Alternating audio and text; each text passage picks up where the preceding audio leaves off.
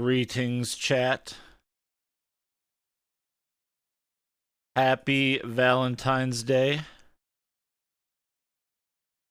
Thank you, Tesla Trooper and Beerinator. Thank you, Turbo Baka for the 47. Welcome back.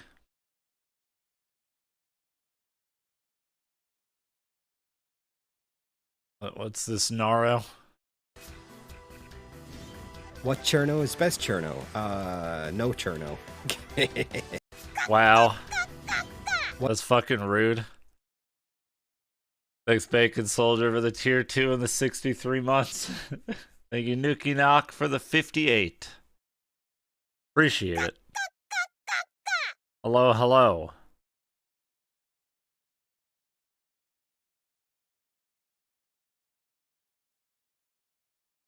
Naro, such a bully.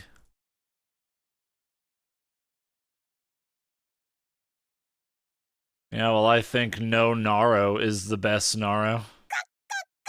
No Sonata. What is she running? Thanks, Suzumo, over the 37 months. I appreciate it. Thank you.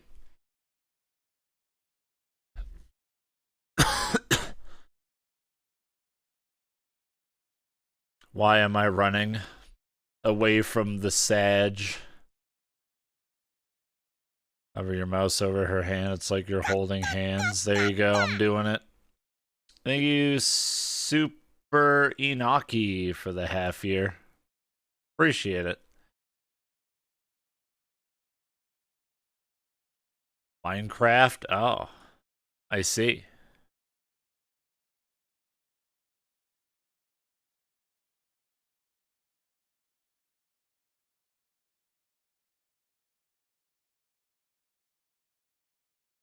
Hell no, Nubio.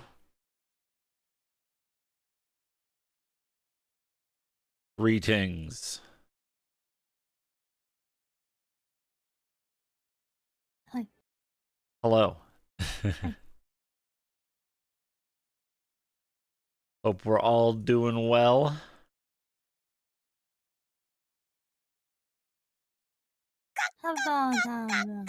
Happy Valentine's Day.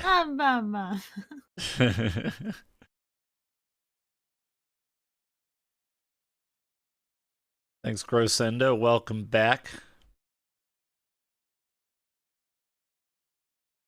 Oh, chat's more pog to see you than they are to see me. Oh my god, is that my best mate, Hayato? See, he was gonna get B-Rex, but we haven't found him yet. So he had to settle for me. Yeah, I disappeared. Yeah.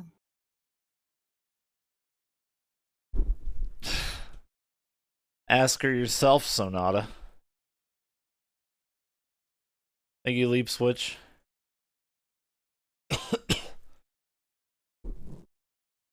Should I reply to all Valentine requests is no 1K.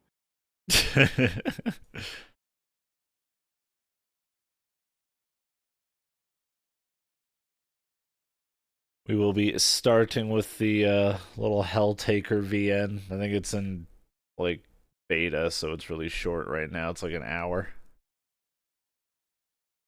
So that's a good little start.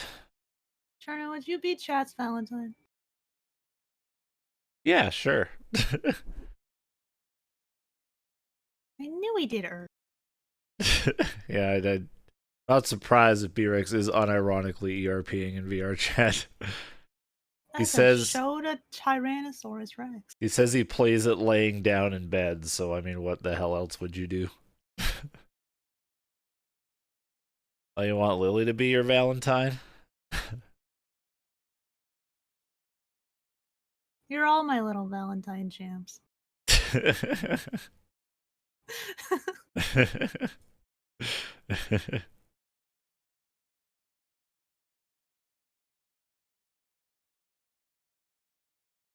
Did you want me to screen share the VNs to you? Yes, please. Not a problem. I launched this game a little bit. It has really fucking bopping music. Really good. I mean, if you call someone your monstrous Stalko champ, they must really mean a lot to you. Listen to this.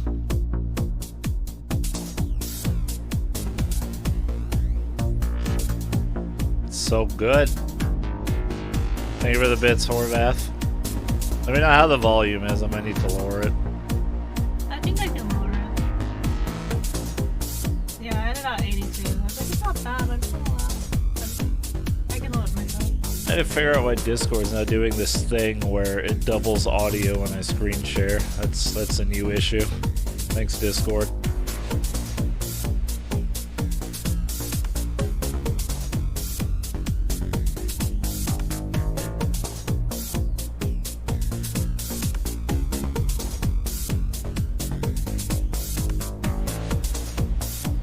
Try talking again. The cat's in the cradle with the silver spoon. Little boy blue and the man on the moon. Beautiful. I don't know why it's fucking doubling. It's so annoying. Discord, why do your updates make you worse? I don't understand.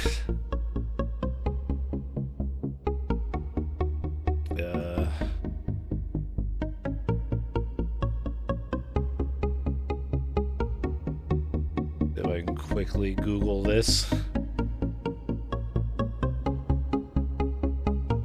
God, this song is good.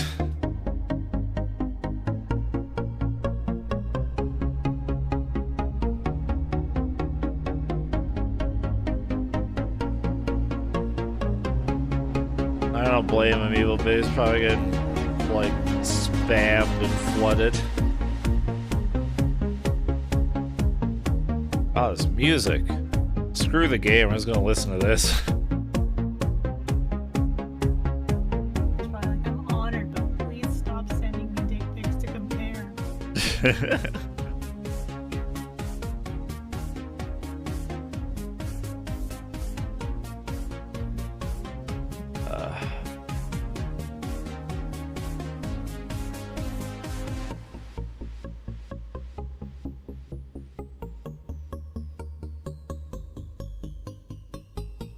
Is the game different now? No, this is a fan-made thing. There's no category for this.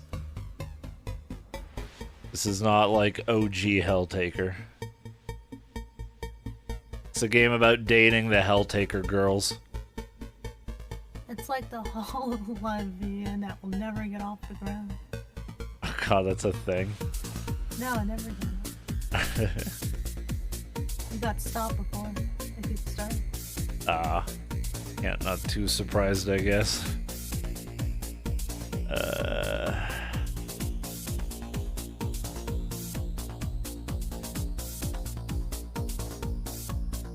There a $10 pancake recipe DLC? No. Hold on a sec.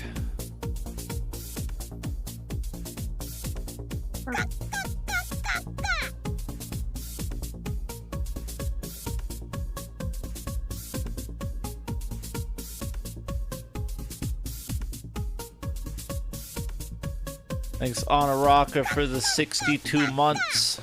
And thank you, Void Lily, for the 53.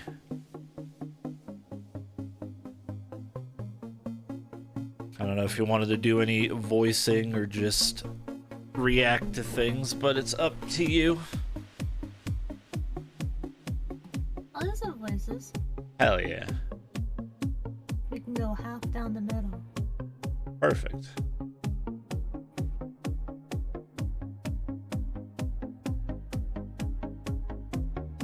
Try to go back in at 14.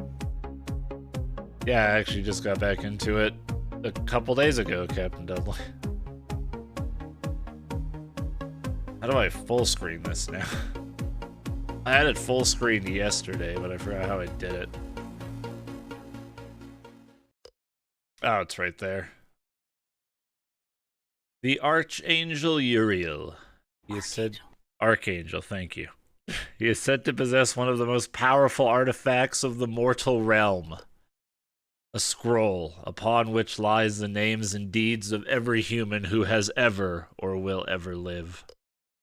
It is said that these predictions contain within them the key to understanding one's place in the universe. Acquiring this knowledge is the ultimate goal that we all unknowingly strive for every moment of our lives. And just like that, bon appetit. You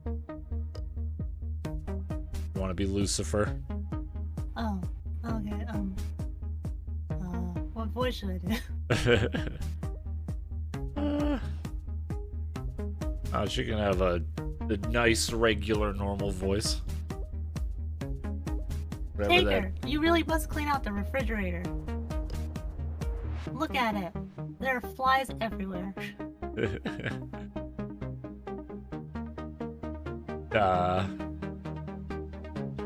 Dialogue? Oh, I'll do it later. Dot, dot, dot. You'd better. First one's for you, as per our agreement. This is fan-made with Lily. That's a really nice fridge. It is, yeah.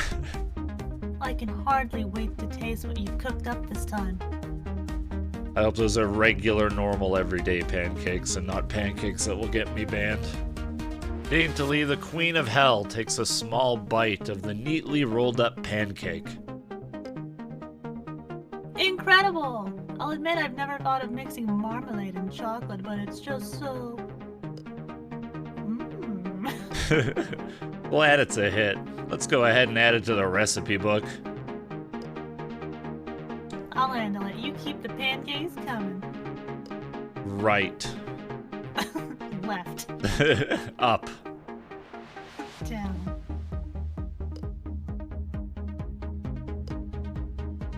You know, I'm surprised. Yeah, I can't actually tell if the art is fan-made or official. I'd assume fan-made. But who knows? What about? You, us, and us? Us? You know, I kind of assumed you'd be a lot more forward with the whole harem thing. What do you mean? Here, I'll explain exactly what I mean. We've all been living under the same roof for over a month now, yet not a single sin orgy has occurred over the course of that time.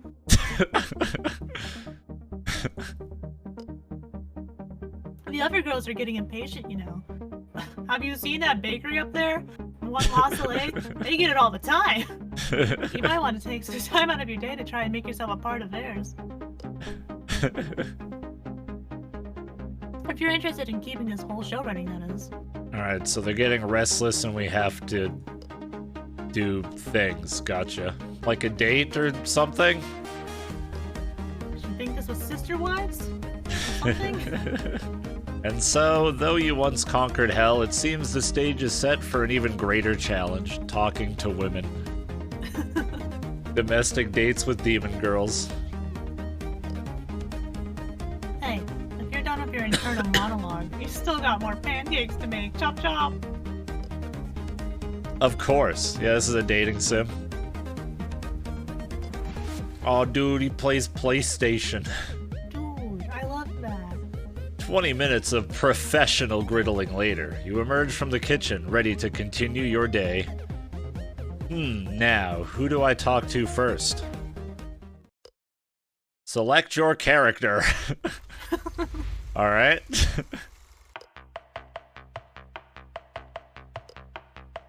Oh, fuck. I mean, obviously, I'm gonna pick the Cerberus girls. Unless any of these girls are catching your eyes, Lily. I like the Cerberuses. Excellent. Oh yeah. Look at them in their sporty outfits.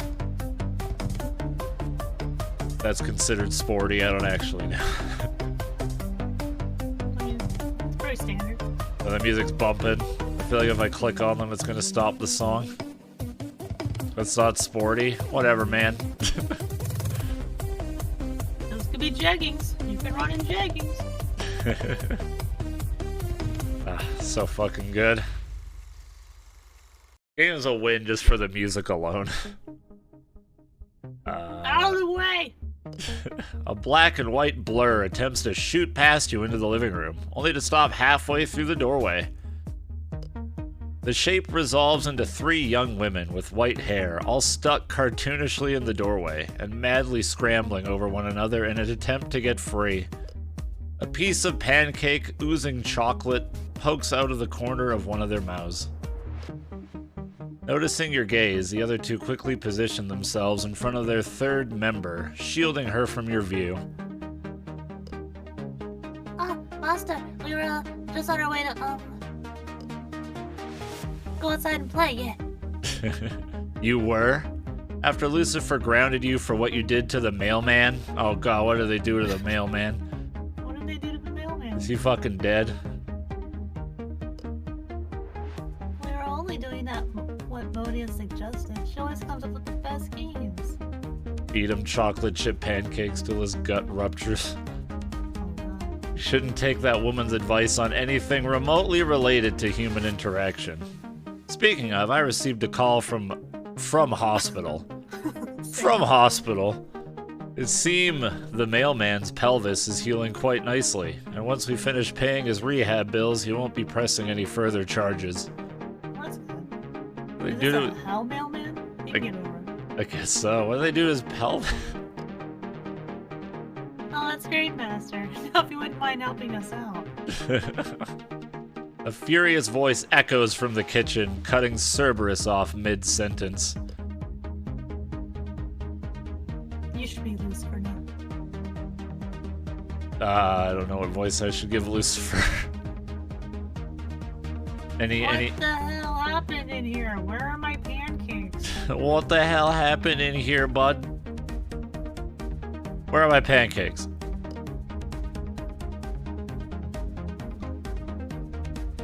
Gulp. There's paw prints all over the counter! Urgh.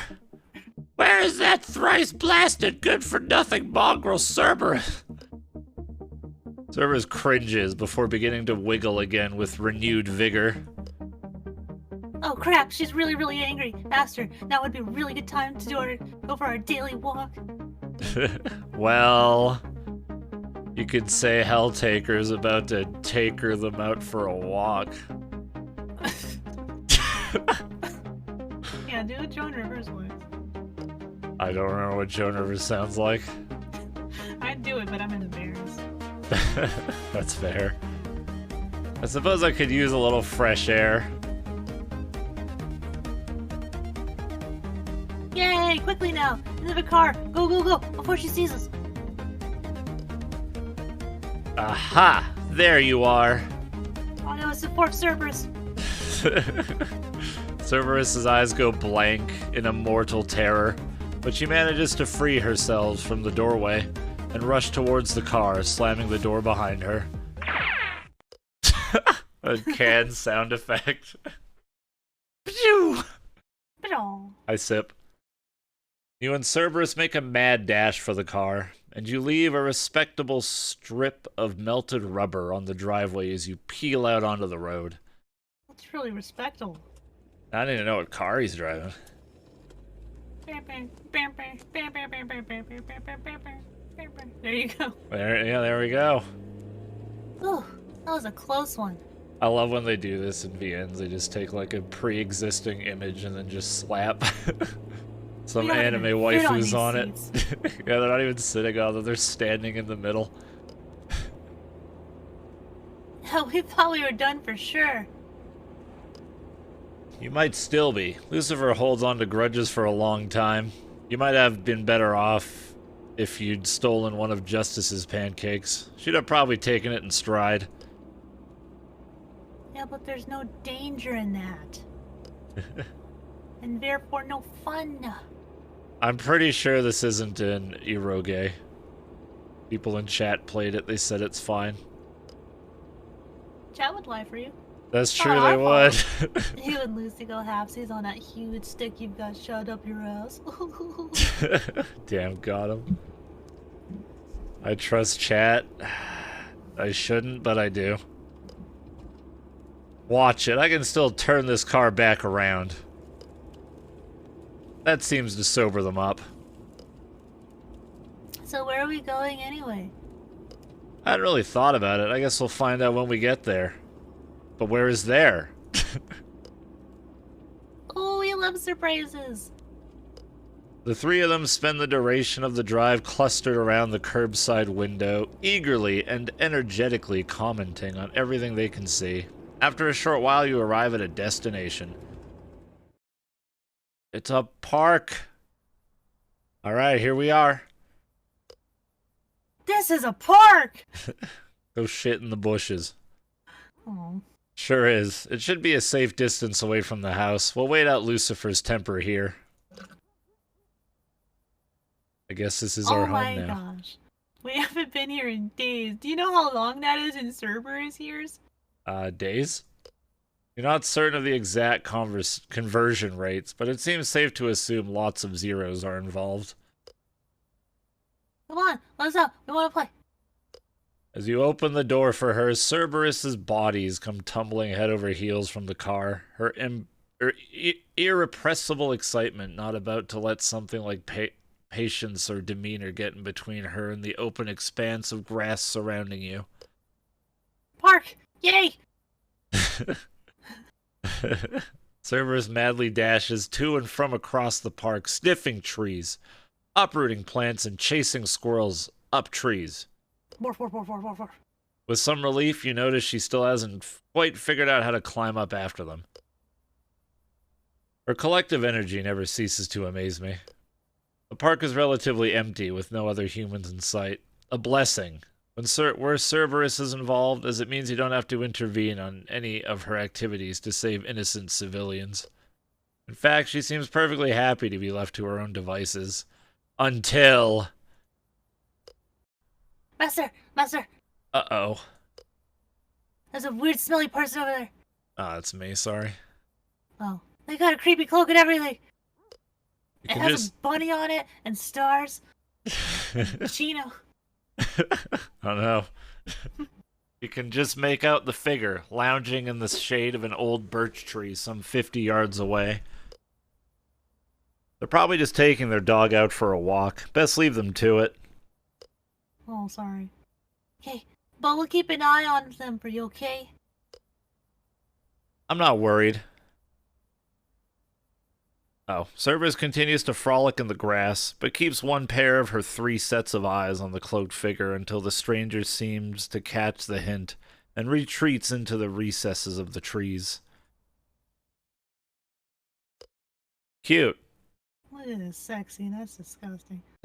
I know, he's touching her head.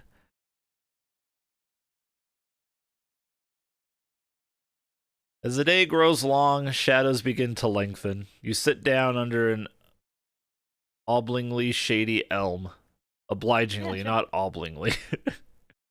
Obligingly shady elm, and are eventually joined by a thoroughly exhausted Cerberus. All 3 bodies curl up in a pile next to you. I can read. I went to school in Alberta, Canada, the highest education. And the soft sounds of their snoring are almost sweet enough to give you diabetes. Not the pancakes, though. Thank you, Peter Beck, for the 61 months. Appreciate it. Your rest is interrupted, however, when a blunt, cold object presses against the base of your neck. Uh-oh. Manga. You slowly turn your head to see the cloaked figure from earlier. In their hand is a gun. Its barrel gently pressed into your neck. But why? Wallet, please. Wait just a minute. The barrel presses a little more firmly into your neck. I don't recall asking for your opinion. Just your wallet. You're suddenly filled with an overwhelming desire to give this mysterious figure your wallet. As you pull out your wallet, a small hand flashes out to hold your arm in a vice-like grip. Batman, I didn't ask for this. You look down to see Cerberus, her eyes blazing, holding both the would-be mugger's arm and yours with zealous fury.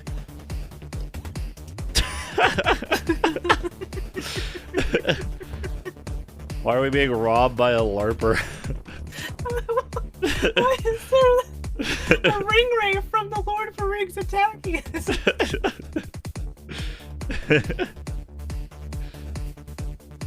Steadily, she forces the mugger's hand away from your neck.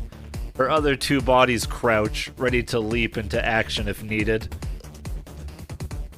Mr. Stranger, I'm afraid you just messed with the wrong guy. See, Master Taker, he's nice enough, but us, we really don't like people waltzing in and taking what isn't theirs. Especially when they look as creepy as you do and smell so... Good. Her eyes narrow, focused and intent on the still hooded figure.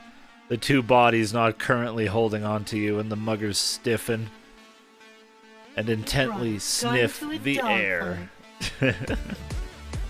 Oh, the music.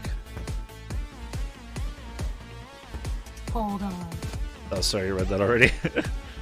Sniff, sniff. Wait, you're... That's it, Sniff, Lucifer.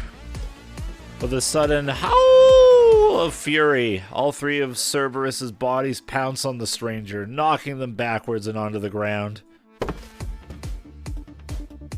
Oh, hey, stop it, ow. Get out of here! And if I even smell your ass as close as 3 blocks to my house, I'll kick your ass straight back to the void myself. If I could even smell your ass from 3 blocks away. This isn't over, Mutt. Cerberus roars again, and the stranger bids a hasty "ow" retreat into the lengthening shadows of the park. Turning to you as if nothing had just happened, Cerberus beams a sunny smile directly into your face. Ah, it's melting! Good thing you remembered to apply your triple strength SPF Adorable before you left the house. Oh, boy. Aw. Can we go home soon? I'm hungry. Chow, let me just get my SPF Adorable. You're all too beamingly adorable today. In a moment. First, though, what exactly was that all about? What was what all about? What just happened back there? Did you know that person who tried to mug me? What? That's crazy. This is definitely the first time we've seen her. I trust them. Their body posture gets trust across to me. Hello, Kavach. Absolutely. 100%. Her? I couldn't tell it was a woman from voice alone. Oh. Perhaps it's better to let sleeping dogs lie, or lying dogs sleep, as the case may be. Clever. Regardless, I'm very grateful that you protected me, Cerberus. Thank you. Of course, Master. Who else would make us pancakes if you got hurt? That's all we're good for, just pancake making machine? Yeah, duh. If I lose my hands, I'm better off dead, I guess. Good behavior deserves positive reinforcement. I think a reward of some sort is in order. Zip. Yay! Now we get outside privileges at night, right? A sudden image flashes before your eyes as Twitch is Cool subscribes for 44 months. The town burning to the ground while Cerberus and Zdrada high as kites. Loot flaming appliances from shattered storefronts. Welcome back, thank you. No. But I will stop by the store on the way back home and refill our baking ingredients. We'll do some stealth baking, and then you can give Lucifer some of what we make as a peace offering. Deal? As long as it's pancakes. It always is. Cerberus is odd and exhausting, but her happiness is delightfully infectious. Maybe I should take them out more often. Oh, woo. And then they never got taken out again. And then they're gone.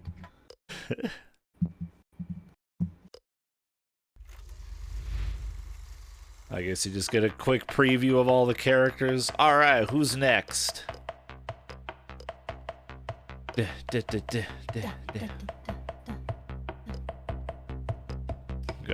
Shh.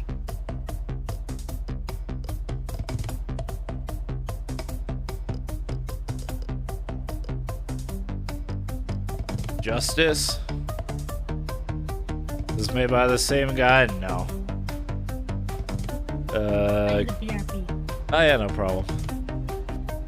I will link it to you, Kika.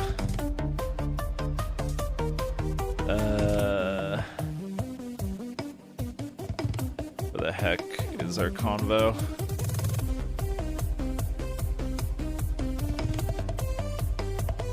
There it is. If anyone wants it.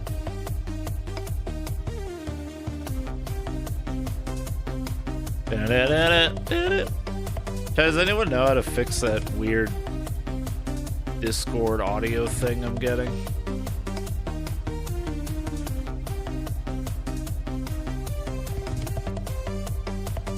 Uninstall Discord? I'd love to.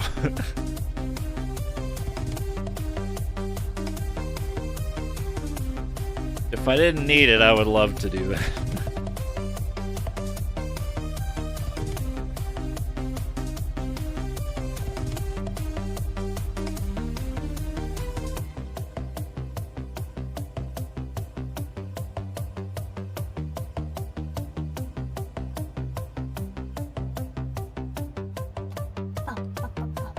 Welcome back.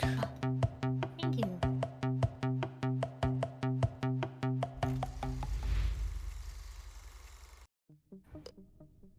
Same here, Kika. You are woken by a noise coming down from the hallway.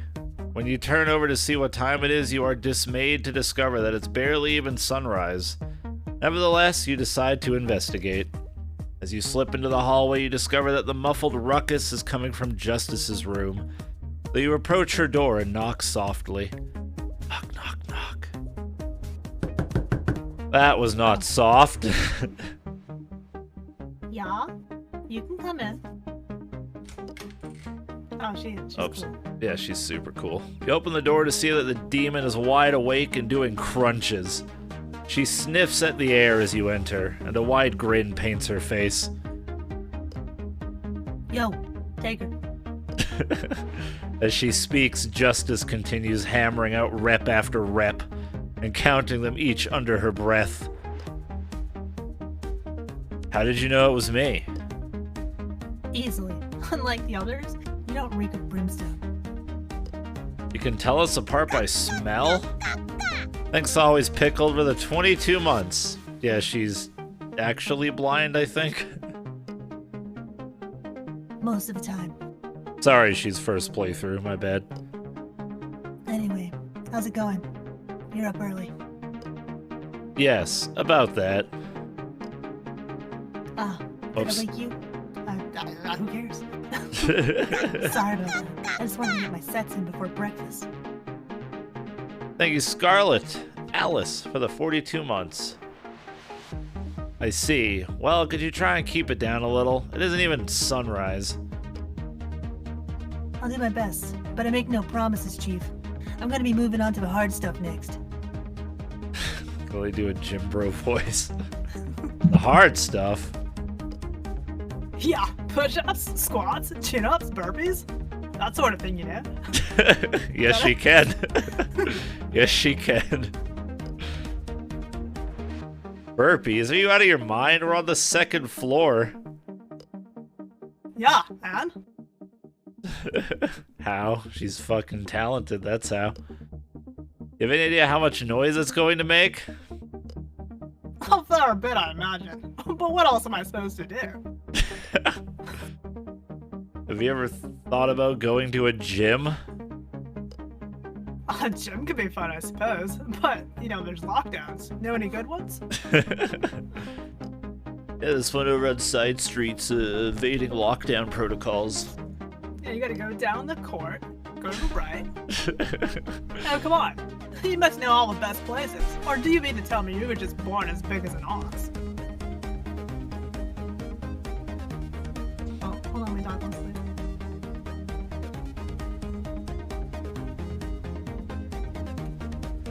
And before you ask me how I know, Mania's told me. Alright, get your things. You're gonna want a towel, some clothes you don't mind sweating in, and a water bottle at least. Justice leaps to her feet. exited. Oh, hell yeah. Where are we going now? Bruh. Yes, unless you'd rather wait. No way, man. I'm in. I'm cool. A short while later, you and Justice drive down to Mount Olympus. Oh, one of your favorite gyms, and the one that just so happens to be the closest to your house. Inside, you renew your membership before helping an excited Justice with the paperwork for her own. Then the two of you hit the locker rooms to change into your workout gear. Whoa, it's got like 4 things in it. Dude, this looks like that hotel gym you went to. Oh, yeah. You reconvene at the squat rack. You want to start here? Whoa, fuck. Jesus, Oh. she did that with body weight heck. exercises? You know it. I'm thinking 7 sets, 13 reps each at, say, 133 pounds. It's pretty light, but alright, go on. Pardon? Yeah, I know it's a little on the low side, but this is just a warm-up. What do you think? Give me just a minute to load up the weight and I'll spot you. Whoa! Oh, Hello! Thank you, Oishi Desi, over the 41 months. I appreciate it. You fill up the bar and help Justice get into position. Then you step back and spot her for the first couple of reps before the demon finds her rhythm and begins to hammer out squats with impeccable form and without so much as breaking a sweat. look at the bootylicious babe in the background, too. Oh, yeah, right? Welcome to the ass gym. How was that? Good. It's good. Looks good from here, yep. I meant my reps. Justice winks at you over her shoulder, and you find that your entire train of thought is completely derailed. Is this some sort of demonic power? It's called being lewd. No, that's my thing. What are you feeling? I invented that. Keep the weight, but I'm going to tone the sets and reps down a notch to 3 sets, 5 reps. Sounds good to me, man. You do what you feel comfortable with. It's gonna turn into Kronk. God, that movie is so good. You trade places at the squat rack and feel the demoness put her hands on your hips so she knows where to be. So she knows where to be to spot you. Then you begin your first set. Admittedly, your progress isn't nearly as effortless as Justice's. There's just so much spaghetti on the phone. It has been a while, after all, but you persevere all the same. And any time it seems like your legs are about to give out, Justice is right there, egging you on. You can't help but feel that her encouragement was a big reason you got through your reps at all. And when you do finally finish your last set, she gives you a triumphant high five. You killed him, man. Finger guns. Thank you. I love him. He's so cute. Now what's next? The rest of your time at the gym passes in much the same way. Justice breezes through her sets before helping you through your own. By the end of it, she's practically glowing, while you are just a step above a puddle on the floor. Nevertheless, you feel amazing. Whoops, I didn't mean to double click. Wait, there's a log. Though your arms ache and your legs feel like jello, Justice's encouragement has filled you with such raw determination that you find yourself ready to go back as soon as your feet cross the threshold. What a great workout, eh? You rocked it in there, bud. Ooh, Canadian gym bro, nice. You helped a great deal. Nah, man, that was all you. What do you say we make this a regular thing? 3 times a week, perhaps? You mean it? Every word. But that was wholesome. Alright, who's next? Oh, you can. I guess you can keep playing them.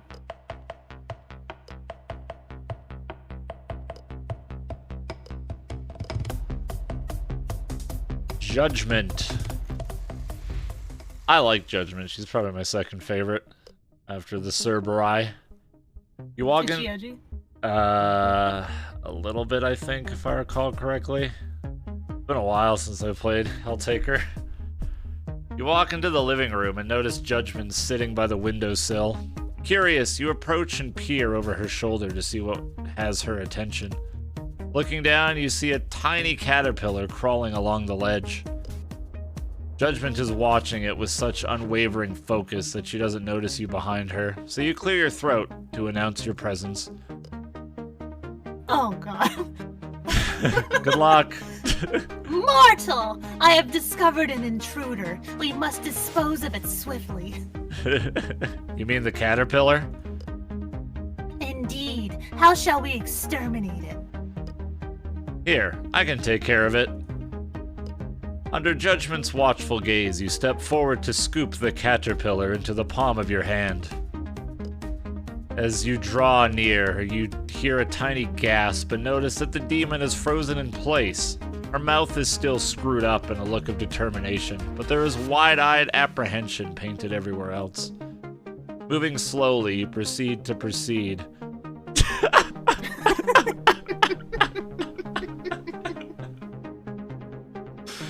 All right. You proceed to pick up the caterpillar and, with a glance and a nod to Judgment, head toward the door. Shakespeare trembling. Outside, you deposit the creature onto a bush in the garden and then look up to see the demon watching you through the window. There is visible relief on her face, but upon realizing that you can see her through the glass, her expression hardens. Just so you're aware of the schedule today, chat, after this, we'll play some Hatful Boyfriend, and then after that, we're gonna try to make some Valentine's Day themed AI dungeon games. Wow! That should be fun. I'm so excited. Yeah, I'm glad. Happy to have you here. How did you dispose of the trespasser? Ah! I just let it out into the garden. What is the meaning of this, mortal? What if it escapes? I wouldn't worry about it. It's just a caterpillar. It doesn't even have its wings yet or anything. Wings? Yeah, after a while, those little guys turn into butterflies, which have wings. You know, there's a butterfly conservatory that just opened up recently. This seems like a bad idea. Do you want to go there sometime? Yes, that would be satisfactory. She can't even handle a caterpillar. What's a room filled with butterflies gonna do to her? That afternoon, you and Judgment leave for the conservatory. It's only a couple of blocks away, near the local park as you walk the distance. Or so you walk the distance. As you near the building... Sorry, what's up? I was singing. Oh. As you near the building, you can see the demon practically bouncing on her heels from excitement. There it is! Hello, Sant. You draw near and a woman greets you at the door. Hello, you two must be my afternoon tour, yes? That's us. Excellent, right this way. Afternoon tour. What is the meaning of this, mortal? I scheduled a tour for us in advance. Why is she British? I don't know, because we're in hell and everyone in hell is British. I don't know. Oh, I see. Yes, this is pleasing. Well done, fool. I don't know, she's Francisca von Karma. No. The woman leads you both inside and the tour begins.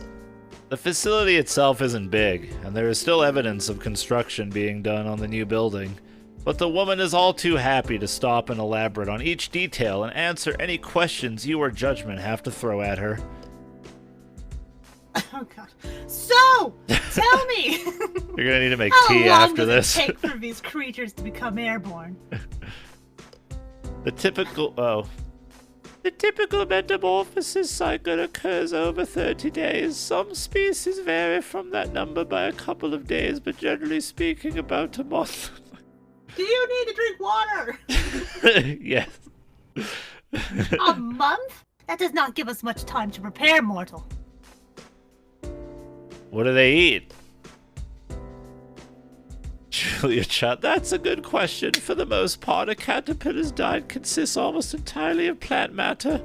After they undergo metamorphosis, however, their food of choice changes depending on the species. Yeah, some like to eat ass. Most butterflies eat grass.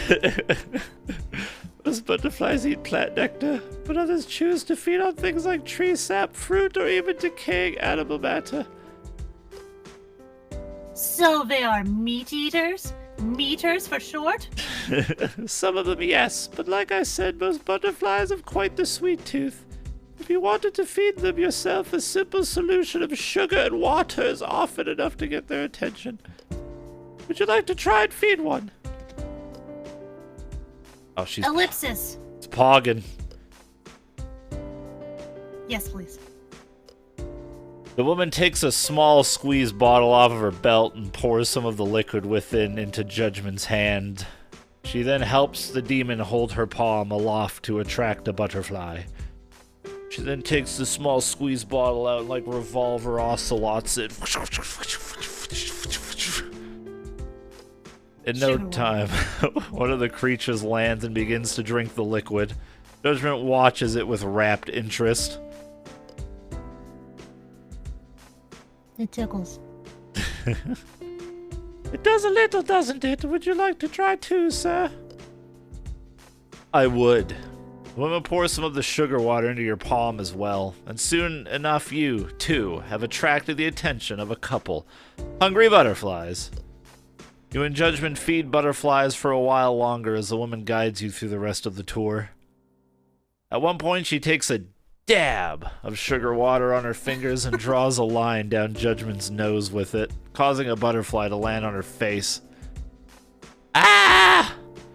Before you know it, the tour is over and you are walking home together with Judgment. Behavior. What a good... Oh yeah, those games got DLCs.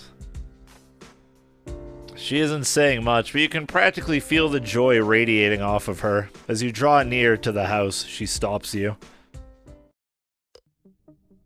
Taker. Huh?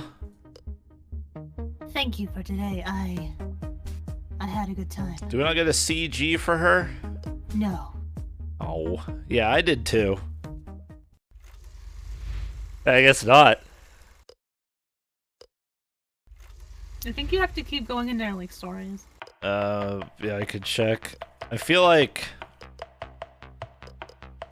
there's only like one thing for each of their story. Yeah, there's only one thing right now, because this game isn't finished yet. Aww. Thank you, Tobel, for the 54 months. Appreciate it. Alright, let's do Azazel, the friendly angel girl. What's she like? I think she's very weird, is the best way I could describe her. Delicious. No, this is fan-made. After a late-night movie marathon with Modius, Lucy, and Judgment, you are dragging yourself to bed when you notice light streaming out from underneath Azazel's door. Groggily, you knock on her door. Yes? Who is it?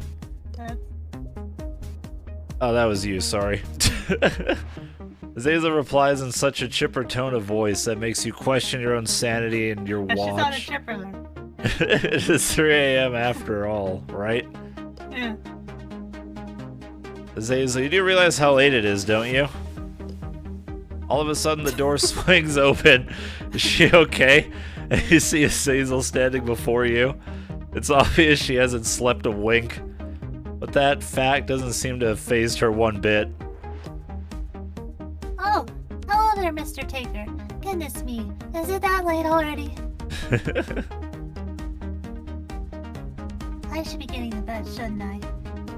Yes, you should. You peer into the room and notice that Azazel's desk is in even more disarray than usual. After looking at the chaos for a moment, you turn your attention back to the angel. What is it you're always working on, anyway? Oh, my thesis. Oh god, what is this thesis on? Your thesis? Indeed, it is my theory that there is a way to classify everything existent, including Iori. Where is this game located? On Earth, the surface of the Earth. We're in like a normal house in a normal town, it seems. Pardon? At first I thought just to focus on non-living things that are made up of physical matter, but then that raises a whole slew of questions about the quantification of life that I, personally, am not interested in answering. So I expanded it to include living things as well. She's far too big brain. Then I started noting. Then I started to think that maybe there's an argument to be made that I'm ignoring the fourth dimension entirely, and I should try to include things that once existed as well as things that are yet to exist. Her face is melting, yes. Wait, so... And while I'm at it, I really shouldn't discriminate when it comes to things that exist only within heaven or hell, so I include things from all the realms? Well, I suppose so, yes. You take a moment to let the absolute onslaught of information sink in. So let me make sure I'm understanding you correctly. You aim to find a way to put everything, all living and non-living things that exist in the past, present, and future from all realms of existence into a simple classification system. Yeah. And this is why you're awake at 3 a.m.? Yeah. Alright then, how can I help? At this, Azazel looks at you beaming with the radiance of a newborn star. In her excitement, she hugs you around the middle, nearly breaking her spine. Thank you so much, Mr. Taker. How about we make plans to head out to the museum tomorrow? As I understand it, they just got a new exhibit. Yes, I'd love to. Exhibit! Good. Now, please get some sleep. Fortunately, Azazel doesn't knock on your door the next day until the afternoon, giving you enough time to recover on all the sleep you lost the night before. Blearily, you drag yourself out of bed and get ready to go to the museum. Once you're dressed, you answer the door. Ready? Or not, here I go. Yeah, let's go. Keys in hand, you and Azazel get in the car and start off for the city. It's a fair distance away, but Azazel fills much of that time regaling you on all the intimate details surrounding her thesis and the research she has done so far. Just as the angel is about to launch into an explanation about the merits of quantum physics as it relates to exploration of the fourth dimension, you arrive at your destination. Yup. Zazel's the first to get out of the car. She stares up at the building with wide eyes. Is this it? It is. Ready to go in? Ready doesn't even begin to cover it. Suddenly, Azazel loops her arm in yours and whisks you away to the front doors. Whisk! Together you step through the enormous doorway and into a massive entry hall with high ceilings and tall windows. Wow, we went from cartoon to real. I know, it looks so nice. It's so nice in here. Azazel, rendered practically speechless for a while, quickly falls into overstimulation as her eyes dart between all of the exhibits within view. If you have no preferences as to where we start, I say we head for the Paleozoic section and start there. That way we can work our way to the present. I like the way you think, Mr. Taker. She's gonna have a knowledge gasm. Together, the two of you head for the prehistoric exhibits. Having been there before, you know just how much of a maze this place can be.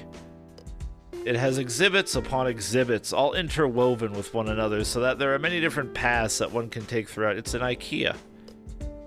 Someone who wants to follow the history of firearms will take a very different path throughout the museum from someone who wishes to follow the path of the Sengoku Jidai. Ah, yes. Of course. However, those two people will no doubt cross paths more than once on their own respective journeys. As for yourself, you think it best to start at the chronological beginning, though you neglect to phrase it this way to Azazel, lest you earn yourself another lecture about time as a mortal construct, and work your way up. Truthfully, the museum itself is so massive and so ever-expanding that you've never actually seen all of the exhibits, though you have always wanted to. It's simply too large and too daunting a task. But as you watch Azazel dash from one exhibit to the next, you can't help but feel content in the idea that you two will return here several more times over the coming weeks just to get through all of it. All in all, it takes the two of you the better part of the afternoon and early evening to get through just the Paleozoic section, and by the end of it all, you are exhausted. As you head back out to the car, you can't help but notice an even more prominent bounce in Azazel's step. Did you enjoy yourself? More than you could ever realize. I fucking hated it. How about we do this again sometime? I'd like that a lot, Mr. Taker. Must you call me that? Would you prefer Mr. The Taker instead? Oh, absolutely. Never mind. Oh, dude, we're speed running this. Who's next?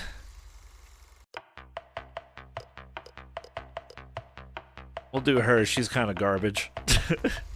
Zadrada. What's she like? She's pretty rough and gruff, if I recall correctly. Zadrada stands on the porch, smoking a cigarette from her seemingly never-ending supply. Indolently, she exhales a great cloud of smoke, letting it disperse before acknowledging your presence. I was trying not to word it like that, always. Yeah. Hey there, Taker.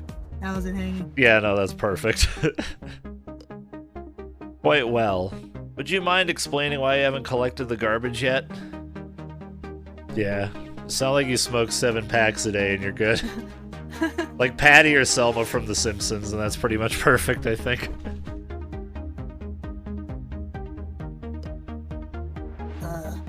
Because I didn't want to?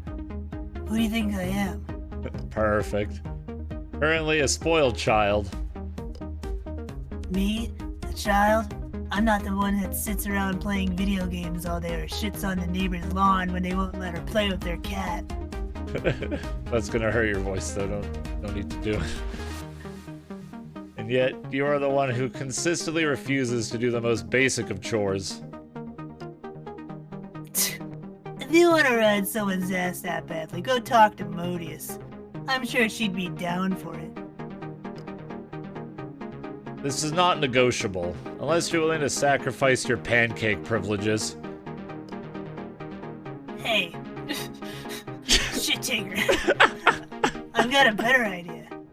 How about instead of making me take out the trash, you just take me out instead?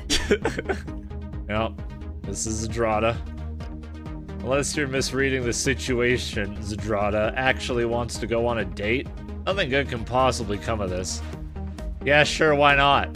Okay, fuck it. Nice. I get to pick the date site, right? Oh god, we're gonna go to like some dingy-ass bar or strip club or something. Absolutely not. Now, if you don't mind, I've got your job to do.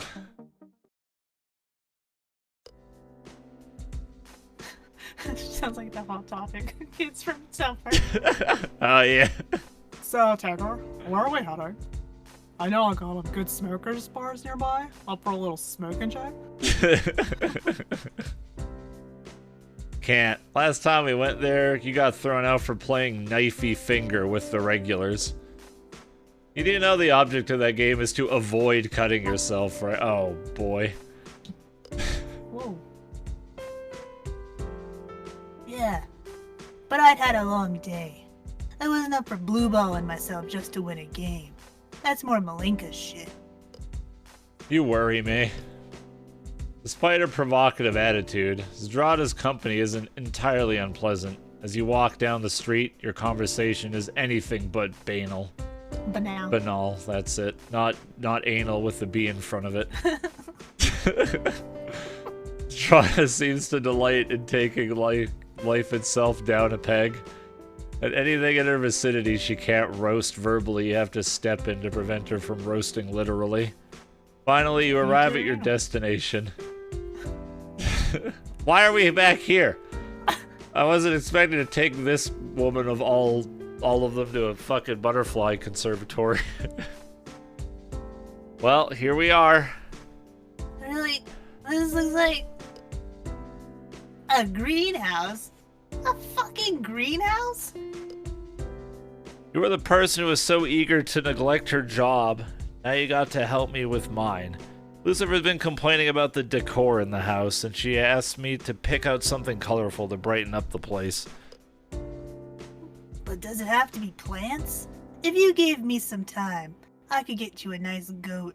Properly arranged, those little bastards can really color a place up. Really don't want to know what she's talking about. We're sticking with plants for now. Probably something easy to take care of, like an arbor vitae? Arbor vitae? I don't know how the fuck you say that word. Or a hedera helix. Fine.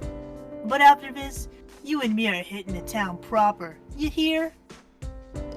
Bored, Zdrada wanders off between the rows, aggressively belching clouds of smog in the faces of hapless shoppers that stray too close to her. Plop, plop, plop, plop. She's so rude. You content yourself with examining the ferns until... Hey, Taker, you gotta check this shit out. Is she an edgy teenager? Yes. Look at her pants, dude. They got rips in them. That's how you can tell. Turning, you see Zdrada aggressively brandishing a small cactus at you. Cactus, it's you! Cactus! You're about to get eaten or something. What's the matter? You didn't tell me you had plants like this in the mortal world. Bold? Lad-like? It's just a cactus. You don't have them in hell? Nah. The ones we have in hell are fucking massive. They're covered in hollow needles that stab your body and suck out your mana. I think I get the picture. But what's with the enthusiasm? I didn't have you pinned as a botanist. As if.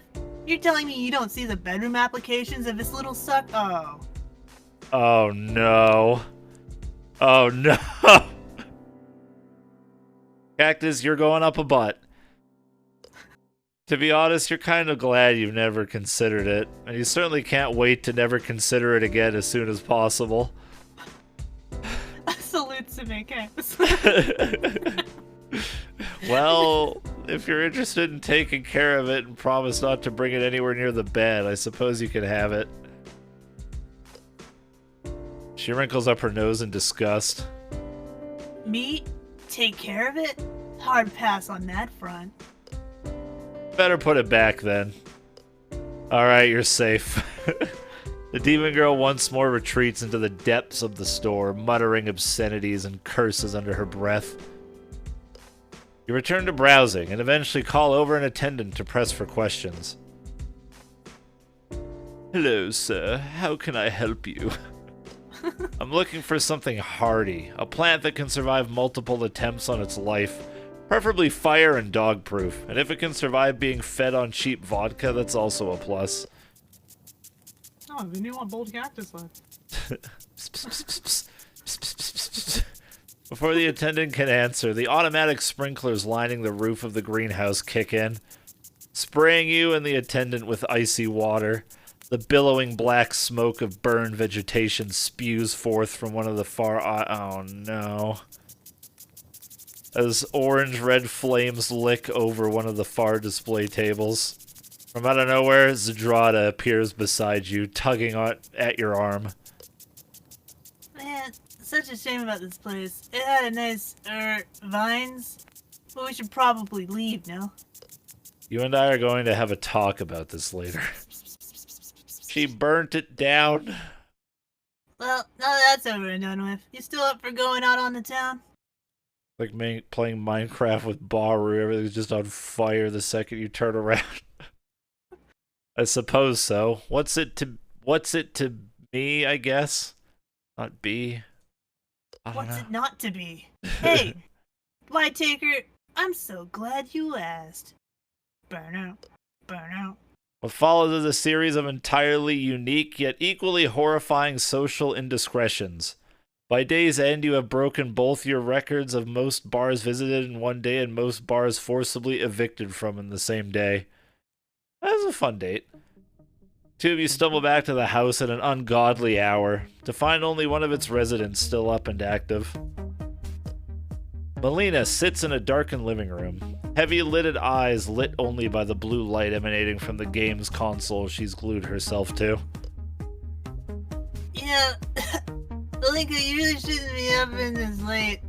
All of this blue light it'll make your tits go flat. Melina sighs in exasperation and pauses her game, turning to facing her sister. Alright, they're sisters. Taking a swig from the paper wrap bottle beside her, she steadies herself. You got something to say, Strata? Say it before you pass out in a puddle of your own sick. Hey, Malika, check out this shit I picked up for you in town. From seemingly nowhere, Zadrata oh no! Produces the small cactus from earlier and lobs it underarm to Melina, who barely manages to catch it in time. Careful, the little bastard's almost as prickly as you are. I think you'd be a perfect match for each other, seeing as the rest of us are out living large and taking charge while you're sitting here dry as a desert. Oh, go back to hell and leave me in peace. Melina chucks the cactus into the empty trash bin. Oh, I'm depressed now. Where the container shatters, sending stray clods of dirt and shards of pottery flying. Hey, what the fuck? That was Bull Cactus Lad. He's now in the trash. Cry me a river. Zadrata grimaces and turns away, kicking open the back door as she returns to her bungalow. You can hear her clicking her fingers as she goes, attempting to conjure a light for a new cigarette. You hope she won't burn the ramshackle building down, but are too far gone yourself to do anything about it. You leave Melina to her games and slouch upstairs to bed. That's a good way to look at a cactus, yeah. Alright, we got the literal garbage character out of the way. Let's go for Modius. She's perpetually horny. Oh no. Modeus. How does cinnamon sound again? Fuck, I don't remember. One morning on your way to rouse Lucifer for pancakes, you run into Modius in the hallway. Modius. Oh, sweet and nine voice. Good morning, Taker. Good morning, Modius. Have you seen Lucifer? I believe she's sleeping in this morning. Figures. Breakfast is ready, by the way. Oh, good. I'll head down right away. Oh, seductive-ish? Actually, before you go, I wanted to ask you something. Yes. Invite Modius to the spa? Oh shit, let's go. You dig around in your back pocket and come up with a little flyer that you had cut out of a magazine. Modius peers at it in your hand. What's this? I want a contest. A contest? Whatever for? Don't worry about it. What I want to say is that I want a spa trip, and I'd like for you to go with me. A spa trip? Yes. I thought it'd be nice to get out of the house and get spoiled a little, don't you think? Don't you think there, bud? What does this spa trip entail? Anything you want, really. Uh-oh. You look down at the flyer and begin to read of some of the amenities offered therein. Let's see, they offer massages, manicures, pedicures, sauna access, acupuncture, subbing for free with Prime Gaming. Out of the corner of your eye, you notice the demon's face reddening with every word. Soon, her complexion resembles that of a ripe tomato. At this point, you stop and look to her for an answer. Well, I don't know what to say. Ooh, she's seductive William Shatner now. Nice. Thank you, Vision Shards, for the 19 months. I appreciate it. If you don't want to go, I completely understand. Yes. No, I don't want to go. I just... it's so... Yes, I'd love to. Even after accepting, you can see that Modeus' cheeks are still beet red. And she continues to stumble over her words for several more moments before you finally decide to just cut her off. How about we leave after breakfast? Rather than reply, Modeus only manages to nod furiously while hiding her face. You take this as an enthusiastic yes. A short while after breakfast, you and Modeus make your way to the spa. That's too many clothes for a spa. It isn't far. So soon you arrive. You stopped me to stand right here in front of this hot spring. Good photo op. So soon you arrive in front of an extravagant building that has been stylized to look like a Japanese bathhouse. As you park the car, you notice Modeus drumming her fingers against her knees anxiously. You watch her fidget in her seat for a while before thinking it's best to say something. Is everything alright? Modeus doesn't reply at first. Modeus? Oh, sorry. Yes, I'm okay. It's just that this is all so much, you know? Is this a modern? No, it's fan-made. Fan-made visual novel. How do you mean? Well, it's just that I'm a lust demon taker. As a result, I don't experience the world like you or Justice or Lucy. So for me, this is all very... intimate. Yes. So you see, it's not that I don't want... So you see, sorry. It's my word. Whoops. To speak. Fuck. Wait, hold on. I'm falling apart. There you go. So you see, it's not that I don't want to be here with you. It's just that I'm... Oh, please don't make me say it. No, I understand. Look, I am really looking forward to spending time with you, Modeus, but please, know that you don't have to force yourself on my behalf. If you're uncomfortable, we can go home. Ellipsis. Thank you for saying that. But, believe me, I want to be here just as much as you do. It's just that I need a little extra time in these sorts of situations. Well, just let me know if you ever need a moment, okay? It's okay to step away for a breather sometimes. At this, Modeus turns to you, anxious and vulnerable. You begin to wonder if maybe this isn't such a good idea after all, but then the demon takes your hand in hers and nods. Yes, okay, I'm ready. Let's do this. We're gonna look at Monster Astolfo, shall we? No! Anything but that. Yes, let's. You get out of the car and look up at the exquisite building before you. After a moment, you feel Modeus slip her fingers in between yours. No, the mic is fine, Double Destiny. There's some weird issue with Discord and screen sharing now. I mean, I guess I could... It like sort of doubles up the audio and it's dumb. I can, look at your stream and it just be seconds. Yeah, the delay shouldn't be too bad, I hope. Yeah. It'll be like a couple seconds. We could try that for a bit. If it's like too far off, then we can go back to this.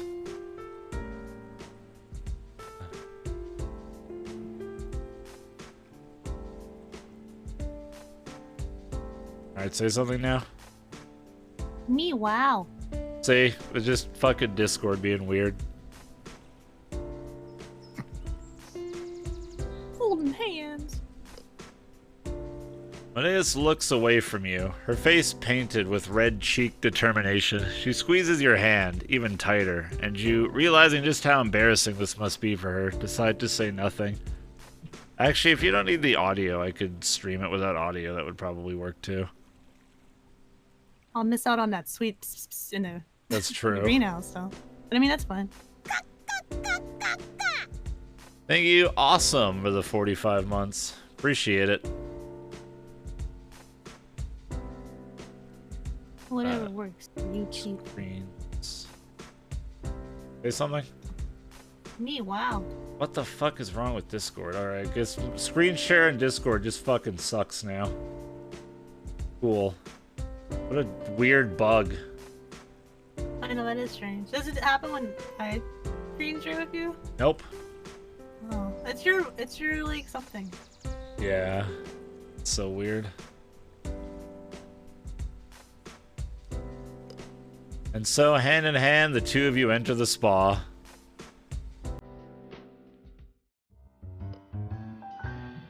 Inside, you approach the counter.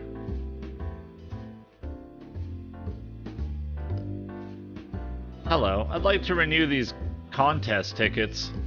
Woman takes the tickets from you and looks them over. Congratulations, sir. Now if you'll just wait here a moment, I can have someone give you a tour of our facilities. You nod and lead Medeus over to some of the seats. There, look at her the face. two of you... it's so cute. There, the two of you wait in silence until you are approached by another employee. She beckons you to follow her, and the tour begins. As you walk the hallways from one facility to the next, you peer cautiously over at Medeus to see how she's doing. Oh, she catches your eye and a smile draws upon her lips. Playfully, she mouths, "Don't stare," and winks before returning her attention back to the tour. And that concludes the overview of our facilities. Now, seeing as your passes can only be redeemed for one of our services today, have you given any thought as to which one you'd like? Before you can even open your mouth to answer, Medeus has already begun to speak. Hey, Bran! Thank you for the raid.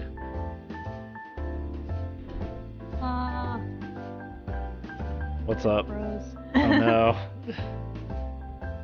Happy Valentine's Day, Bran. Happy Valentine's Day, Bran. Did it unfreeze? Yeah. Nice. You might have to refresh the video as well, or it might be delayed more. I'd like a massage. That can be arranged. We offer both individual and couples massages. Do you have a preference? A couple's massage would be lovely. You glance over at Medeus and see only resolute determination in her heart-shaped eyes. Yes, a couple's massage sounds good. Excellent. If you'll just make your way down the hall to the waiting room on the left, I'll get everything prepared. The measures will fetch you when they're ready. I don't know why I read it as measures. The masseuse will fetch you when they're ready. Though stunned at this turn of events, you make your way down the hall as instructed. It seems that as soon as you settle into the surprisingly comfortable waiting room chairs, you are whisked away by the masseuse, who leads you into a small room with two tables sat side by side. ITG on the brain, I think so. A couple of towels are shoved into your arms before the woman promptly leaves the room. You and Medeus make eye contact briefly before the demon, fully in her element now. Yeah, I've been actually thinking of that song in my head this whole time. Disrobes entirely without any further pomp and circumstance. Modesty hasn't escaped you, however, and so you are quick to avert your gaze before getting undressed as well. Hey! Shortly thereafter, the woman returns and you lay down for your massage. Thank you, Palmac, for the 58 months. I appreciate it. Then, with a dexterity and strength previously unknown to you, the woman sets to work on the muscles of your neck and back, undoing knots you didn't even know you had. With each satisfyingly painful release, you are given a moment to breathe and recoup as the masseuse switches between you and Modeus. Has anyone ever told you that you run a bit warm, dear? Do I? Must be the climate I'm used to. Oh, where are you from? Arizona. Hell. Heck. Oh. Undeterred by this revelation, or perhaps thinking it's a joke, the woman proceeds with the massage in relative silence. Eventually, you feel a familiar hand slip into yours one more time, but just as you become accustomed to the feeling of your fingers knotted together between the tables, the massage ends. Alright, all done. Oh, yeah. Already? That's what they all say. But yes, an hour sure does fly by, doesn't it? That was lovely. I'm glad you think so. I hope you'll come back and see us again. Oh, I think I will.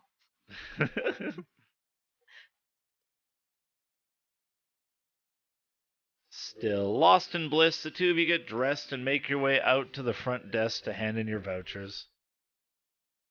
Then it's into the car where you sit and bask in a sensation that you can only describe as what a well-needed lump of dough might feel like. We could use Parsec, I think. Yes! That's good. Oh. Good idea. That's a good idea. Let's do that.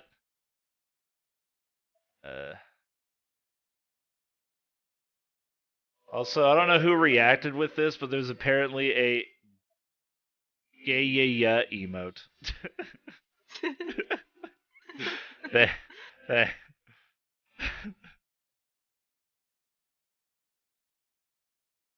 Parsec. Alright, I am on it. Whee!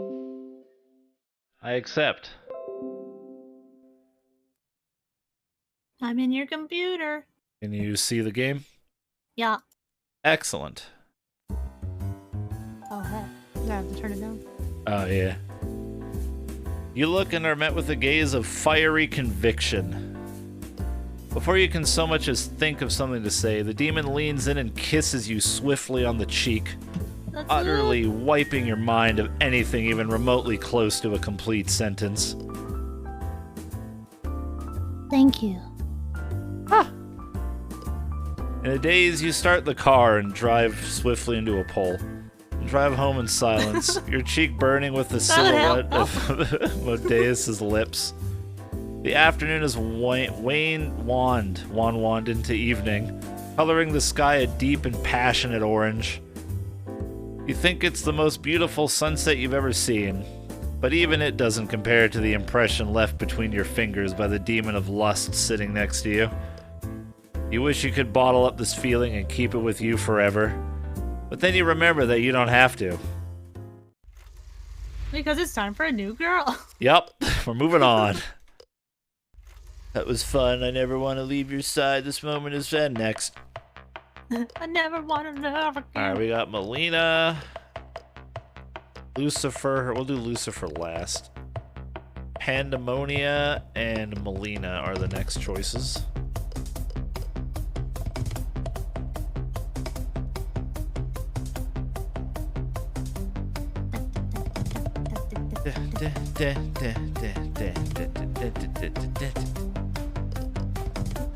Gamer girl? Alright, gamer girl it is. This is fan made. You pull down the trap door that leads to the attic, and are almost immediately assailed by the sharp smell of liquor. So much alcohol has evaporated into the air of the attic, breathing it in makes your head spin. That's actually a cozy-ass room. Bottles lie strewn across the otherwise immaculate surfaces of the room, with the exception of the wooden desk in the far corner of the room, squatting upon which is a large black computer. Slouching on an old leather couch at an angle incompatible with long-term back health, Melina scowls peevishly as Feel you called out. as she heavily lidded eyes.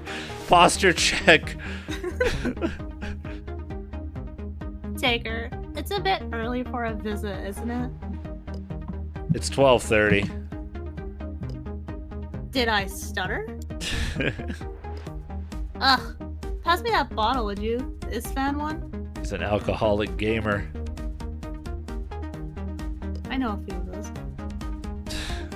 You grab the requested bottle of Uncle Istvon's Hermit Juice. Ew. Off a nearby coffee table. Now walk over to Melina. You sit down next to the demon and hand her the bottle.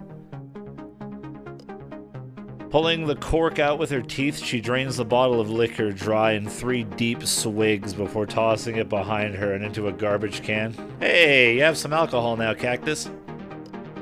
From the clattering of bottle against bottle, you conclude that the bin hasn't been emptied in quite some time. That, or Melina fills in with extreme prejudice. So, tell me, why exactly are you up here disturbing my beauty slump? That's a mood. I have a package for you. That better not be a euphemism or something. I'm not nearly wasted enough for that kind of interaction. Nope, FedEx. Pretty sure it's one of the games you ordered. In a sudden burst of speed, Melina snatches the package from you. She tears the top of the package off with ease and rummages around inside it with her free hand, eventually extracting a slim case. Oh, hell yeah! It's that copy of Hero Commander 3 that I ordered. I've been waiting all week to play this thing. I hear the AI is almost unbeatable at higher levels. That sounds like unfair bullshit. Hold up, you're telling me there's games out there harder than Vantage Master? Oh yes. You have no idea. That reminds me of Tanker. Are we still on for our game session tonight? I'm just dying to take this game out for a spin. Of course. Games with a melancholic alcoholic sounds like fun. Well, that's something to look forward to anyways. Could you pick up some curacao before tonight? I want to try making something new.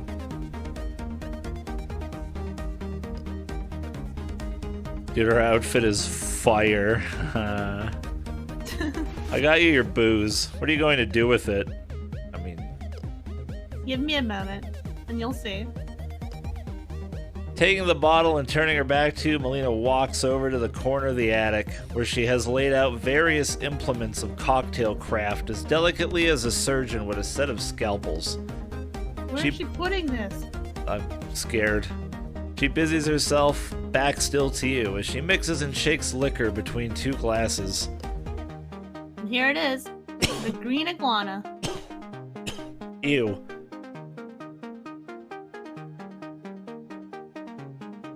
I just want to take a minute and just admire how uncomfortable her computer setup is. It's on the floor. Yeah, How's that right make you in feel? front of where her legs would be. She doesn't have a mouse or a keyboard. That too. It's nauseatingly green and looks slightly radioactive. A thin line of white crystals lines the glass Melina is brandishing expectantly at you. Thanks. Carefully, you take a sip of the lurid drink. It's actually really good. How is it?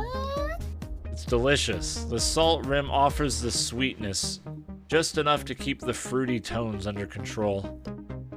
Melina swishes the drink around in her own glass sans rim. Yeah. So I'm told. Something's wrong. Or something wrong? Why didn't you put a rim on your glass? I can't. Salt gets demons pretty fucked up, and not at all in a fun way. And I thought that was just hearsay. Nope, it's real alright, and damn painful too. I once saw Zrata try to snort a line. Oh my god, snort a line of the kosher stuff. It knocked her flat on her fat ass for weeks. She couldn't even talk without shooting blood from both nostrils like some stupid cartoon character. She pauses for a moment, thinking to herself. Best 2 weeks of my life, actually. She downs her drink and then holds out her empty hand. Here, I'll make us some more while you move the computer into a more comfortable position. Right between the legs. As Melina pours a different drink for the two of you at her improvised bar, you walk across the room and easily pull the table and computer over to the couch before sitting back down. Melina joins you a moment later, handing you a refill before flicking the computer on and inserting the game into the disc reader. The game boots up, backed by dramatic orchestral music. We didn't have the budget to compose for this game.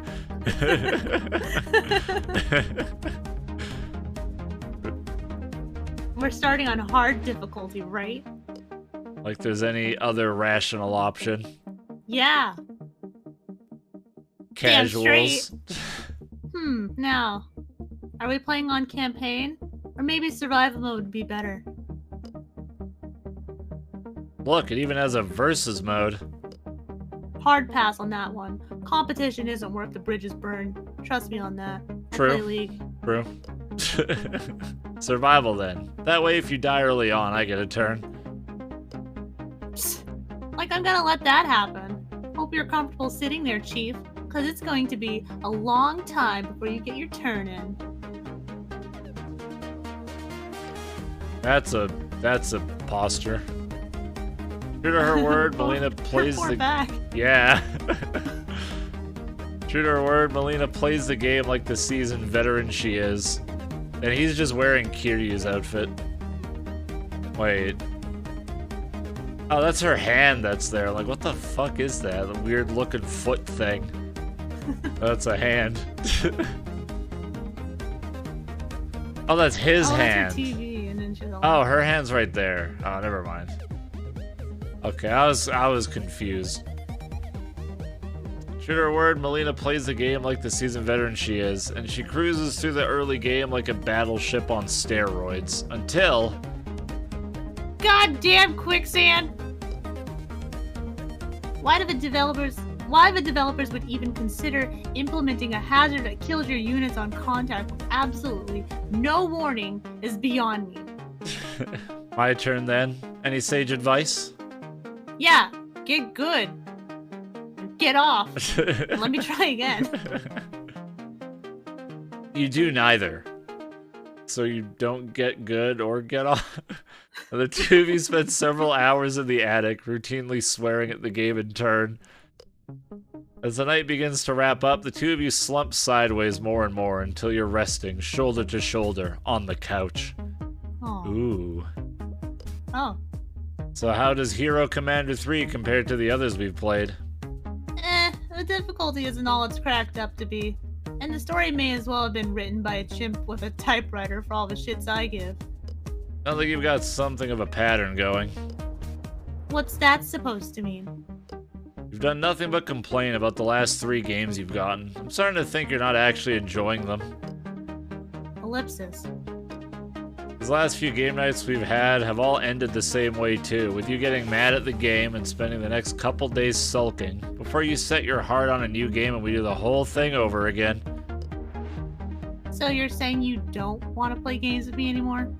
That's fine. I'm perfectly capable of enjoying myself without your big dumb face taking up my peripheral vision.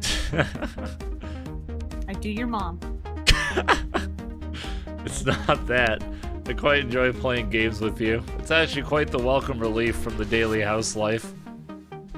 I'd just like to include a little more variety in our time together, that's all. I suppose your taste isn't complete garbage. I guess I'd be willing to let you plan the next night. Ooh, we in there? But whatever you find, it better have screens, booze, and not be public. If you can find a thing that checks all 3 boxes, I'll give it a shot. Deal. And whatever you pick, it better not be fucking Dance Dance. Aww. Aww. I remember Dance Dance Revolution. That shit's way too kinky for me. It's pretty kinky. You see those feet vibrate? No dance slut. Oh, okay. You'll have to give this some thought. Speaking of which, ITG tomorrow, chat. You'll have to give this some thought, unless you want to live out the rest of your days in a stale attic playing obscure video games, that is. Yeah, I love playing Deltarune. How dare you?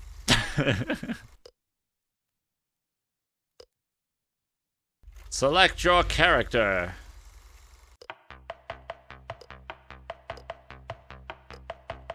Two more characters ago, I'll do a quick washroom/drink break, and then it's on to Hatful Boyfriend. That should be fun. You walk into the... I forget her personality. She was pretty plain. I guess that's just her personality. She's plain. Plain Jane. Nah, it's fan-made, Soul Man. You walk into the kitchen to make coffee for everyone and see Pandamonica standing by the coffee maker. She looks over at you blearily, barely registering your presence before turning her attention back to the sputtering coffee machine. Good morning. Played the first Monster Prom, yeah. Ellipsis. Oh. Morning. You peer over the demon's shoulder to see that the jug of coffee is barely a quarter of the way full. The machine itself has come to an almost complete stop. You suspect that, in her half-asleep state, Pandamonica neglected to add enough water to the brew. I was just about to make coffee for everyone. I didn't expect you to be up so early. Early. Ha! I've been up all night. Oh yeah, she's Russian. Pandamonica, I really think you should... If the next words out of your mouth are I can't do it. Probably If the words out of your mouth are get some sleep, I'm gonna break your fingers. You decide to hold your tongue. What kind of coffee did you put in there? Just some store-bought stuff I found in the cabinet. A thought occurs to you and drives you to a cabinet on the other side of the kitchen where you keep all of your unused appliances. What are you doing? I was like Russian Canadian. Yeah, I can't hold it. It's hard. Oh, shut up. Wow, they charge money for this game too. They better not get sued by Nintendo for that. What the devil is that? Well, you have an option to pay money. They don't actually charge you. It's an itch.io game. A coffee grinder. You make your way to the pantry and retrieve a bag of roasted coffee beans you bought last week. You pour them into the contraption and set to work grinding them down. Whatever it is you're doing there, it smells astounding.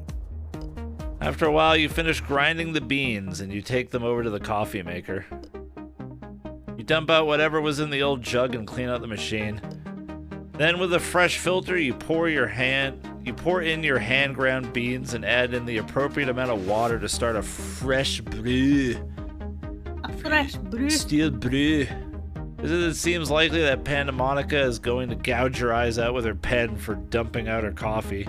The smell begins to waft throughout the kitchen, immediately calming the demon. What did you do? When I was a kid, my dad used to grind his own coffee, and when I got older, he gave me his old grinder. I'm quite proud of my house blend. The other day, Truth be told. the other day I decided to pick up a bag of beans from the coffee shop on the corner. I know how much you like that place, so I thought I'd surprise you. Lips. Take Pandamonica to the coffee shop? No! If you'd like, we can go there tonight and you can show me your favorite flavors. It'd be nice to have those around the house as well. That would be nice. She needs a nap. Or a nep. The two of you decide to skip lunch in anticipation of your date. Seeing as the coffee shop isn't far, you decide to walk. Last night. Yes, it's true, it's the last night. Though the trek down the street is spent in silence, not once does the quiet feel overpowering or awkward. Rather, there is contentment lurking in the silence. You arrive at the shop and are assaulted by deep, rich smells. There is a hushed whisper around the place. Delicious pixels. Yeah, that's very JPEG artifacty. Pandemonica approaches the counter. As she draws near, the old man behind the counter beams. There she is, my favorite customer. What can I get you today? I'll take the usual. Coming right up. And for you, sir. Coffee, please. Black. Have you ever been told that you sound like a simple fellow? I like that. Wow, we sound a lot like each other. Really, I didn't know. Yes. Here, I'll bring your drinks to the table, so feel free to make yourself at home. You and Pandemonica find a place to sit that's next to the roast coffee display. Oh, heck yeah, look at those crescents. So cute. Those are like 1 bites, how adorable. As you are making yourselves comfortable in your chairs, the old man sets your drinks down in front of you. You sip from your beverage and nod at the display. Indeed. So which ones are your favorites? Well, I'm quite partial to the... Oh, sorry, I don't know why I keep reading. I'm quite partial to the darker roast. Anything with a deep, rich flavor is a win, really. But if you're looking for specifics, I quite like that dark chocolate hazelnut there. Well, that sounds good. So you like flavored coffee? Like chocolate? Who doesn't like chocolate? Point taken. What about that one right there? Toasted almond. Yes. I do think that would be a good choice as well.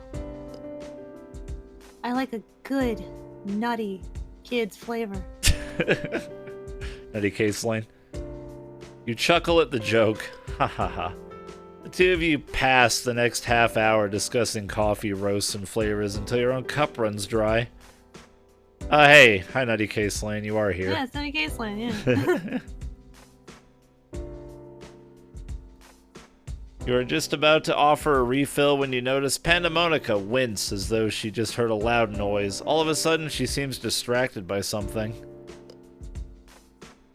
As the unsettling nature returns to her eyes, you rise from your chair. Uh-oh. Shall we call it a day? Pandemonica doesn't respond at first. Pandemonica? Oh, yes. Yes, I think that'll be good, thank you.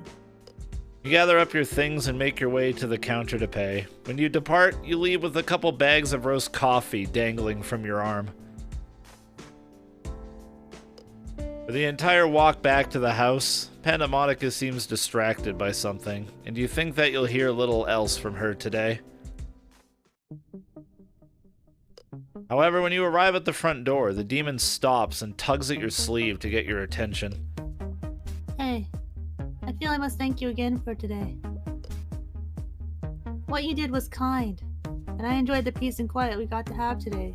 I really needed it, and I'd like it if we could do something like this again sometime.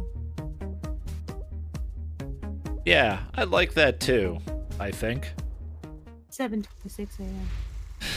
It's always 7:26 a.m. So she was lying when she said it was 3. 3. And the final girl. The one that I think is more or less accepted as, like, HellTaker's main.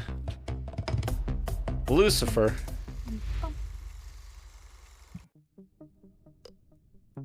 The true wife. As ever industrious, Lucifer is looking slightly more haggard than normal. Is something the matter? Nothing I can't handle. Just a little upset in Hell's dimensional border. Happens all the time. Oh, so, Casanova. How'd it go? Is the sin orgy proceeding according to schedule? Well, I took Judgement out to a butterfly conservatory. Ellipsis? Well, it's a start. I don't suppose you have one more day left in you? I could use a break. Sounds good. Where would you like to go? I I haven't been able to stretch my legs all day. A walk around the neighborhood would be wonderful. I guess that'll work. I honestly can't think of any more date ideas. Together, the two of you exit the house into the warm night air. Welcome to night air. Beautiful. Fireflies, newly molted, slowly rise from the grass as you walk by. Their beguiling lights illuminate the mostly dark... Beguiling? Beguiling? Thanks. Anytime. I'm glad at least one of us took an know. English class. The mostly Anytime. dark street and inconsistent bursts. Beautiful little creatures, aren't they? Quite. Although, you ought to know better than to judge a book by its cover. Even as larvae, they're highly predatory, and feast fairly indiscriminately on their fellow bugs. Hey there, Mel Sharp. Happy Valentine's Day, dude. You know quite a lot about insects for someone who spends most of the day running hell. Lucifer shrugs, sniffing hoftily. A girl can take a passing interest in creatures far beneath her. After all, I took an interest in you, didn't I? Ouch. Daddy. That one stung a little bit. I assume your day's been busy then? It always is. Running hell is a lot harder than raising it. Nice. There's a difference? Quite. Paperwork needs to be filed, damnations allocated, and the skeletons go on strike if they don't get their milk rations. Goddamn skeleton. So why do you do it? They help carry paperwork. Plus, if someone comes into hell unannounced, they have a useful knack for arranging themselves in irritating little puzzles that... Not that. Your whole Queen of Hell job seems like kind of a thankless task for the amount of time you spend doing it. Aww. Cute. The ivory horn demon breaks stride, pondering your That is question. a bulge. Oh, whoa. Yeah, it is. Pondering your question as she stares up at the stars. Lord of a throne of hell is a position that no demon wants, yet conversely all covet.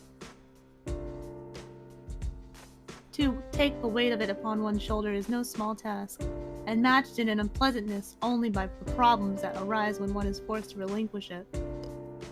Forced? How so? The throne is never given, only taken.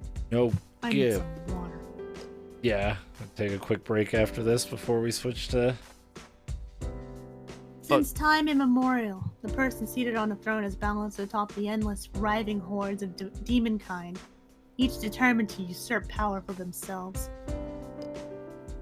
Those at the top have no farther to climb, and thus must look down constantly in fear of being thrown from their lofty position. Ever heard of democratic elections? Lucifer chuckles softly, the dark notes of joy spilling out of her mouth and into the cool night air. Believe it or not, I'm walking things on are air. better now than when they were before I took power. I implemented bureaucracy, a proper 5-day work week, and break rooms for the demons and tortured souls to use in between damnations. Ah, how nice. Yeah. And the beefcake skeleton guards?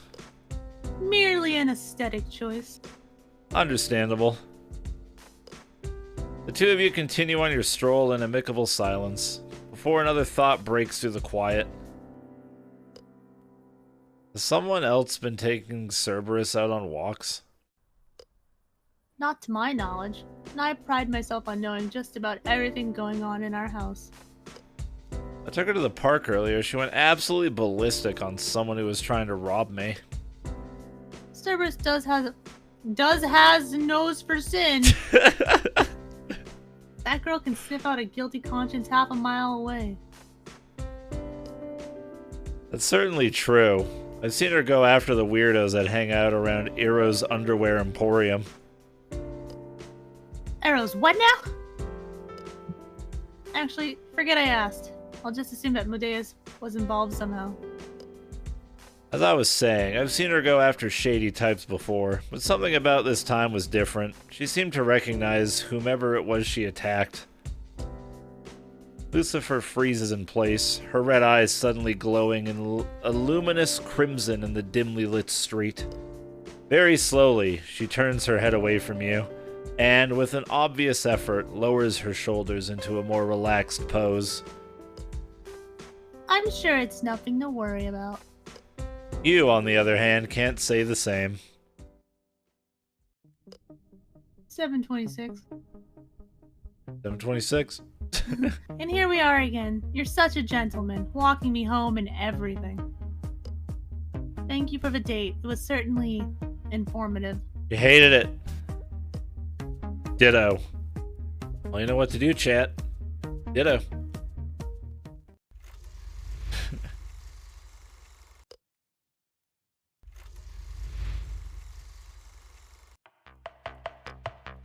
Hey guys, wanted to say thanks for playing our game. Writing by Owen Nagler and Morgan Day.